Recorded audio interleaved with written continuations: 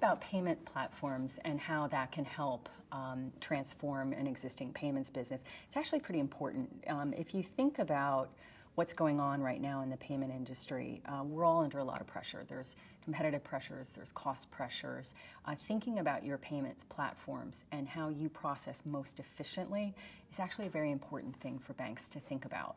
Something that we've done at Citi is we have consolidated our payment processing platforms into one single application deployed in different regions to help harness scale benefits from processing on a single platform, drive efficiencies into how we actually process payments, and drive costs down. When you think about payment platforms, it's also very interesting times right now, given the vast changes that are going on in the regulatory environment and the impact those regulatory changes are having on a bank's technology infrastructure.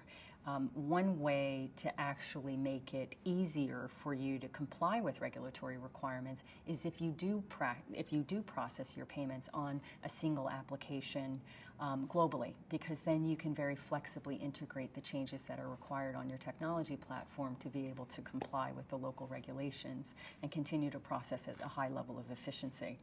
A lot of the banks that we work with today are looking at their technology budget, and they're actually it's quite interesting now because quite a substantial portion of technology dollars are going these days towards regulatory and infrastructure investment.